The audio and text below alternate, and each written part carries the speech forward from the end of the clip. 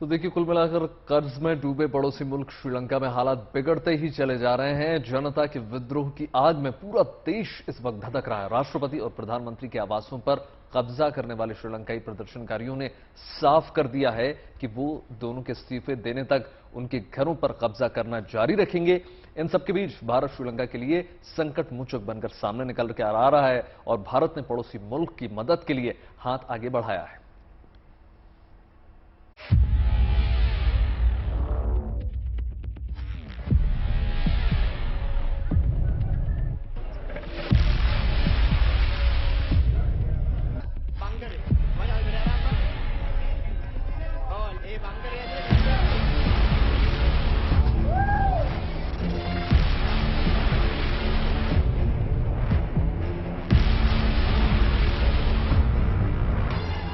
ये हिंदुस्तान के पड़ोसी मुल्क श्रीलंका के ताजा हालात हैं।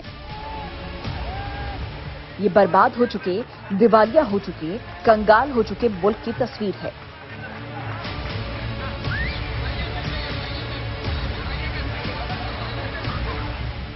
कर्ज में डूबे श्रीलंका की हालत कितनी खराब हो चुकी है, वो इन तस्वीरों के जरिए समझा जा सकता है। श्रीलंका में 1948 में मिली आजादी के बाद से अब तक का सबसे गंभीर संकट और सबसे बुरा दौर चल रहा है।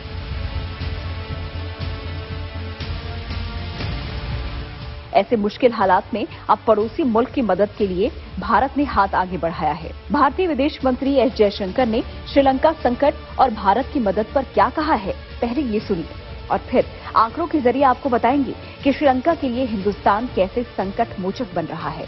Sri Lankan crisis is obviously a very, very serious matter. And it's a very, very serious matter, not now, not this week, but it is something which has been building over a period of time. Now, Prime Minister Modi has a policy which you are all familiar with called Neighborhood First. Neighborhood First means that we make a special effort to try and support our neighbours. महज ये भरोसा ही नहीं बल्कि श्रीलंका को भारत ने इस साल 3.8 billion dollar की मदद पहुंचाई है। ये मदद करेंसी स्वैप, खाने पीने की चीजों, दवाओं, फर्टिलाइजर और ईंधन के रूप में की गई है। भारत सरकार और लोगों ने मिलकर श्रीलंका को 25 टन से ज्यादा दवाओं की आपूर्ति की है। बीते कुछ महीनों में भारत ने श्रीलंका को तेल संकट से निपटने के लिए कई बार डीजल पेट्रोल की भी सप्लाई करके बड़ी मदद की है। श्रीलंका कर्ज के जिस समंदर में डूबा है उससे उबारने के लिए भारत की ओर से की जा रही ये मदद किसी संजीवनी से कम नहीं है, क्योंकि सरकारी आंकड़ों के मुताबिक अभी श्रीलंका में महंगाई की दर 54% को भी पार कर चुकी है। ये पूरे दक्षिण एशिया के किसी भी देश में महंगाई का सबसे भयानक स्तर है। श्रीलंका में लोगों को रोजमर्रा से जुड़ी चीजें भी नहीं मिल पा रही या कई गुना महंगी मिल रही हैं।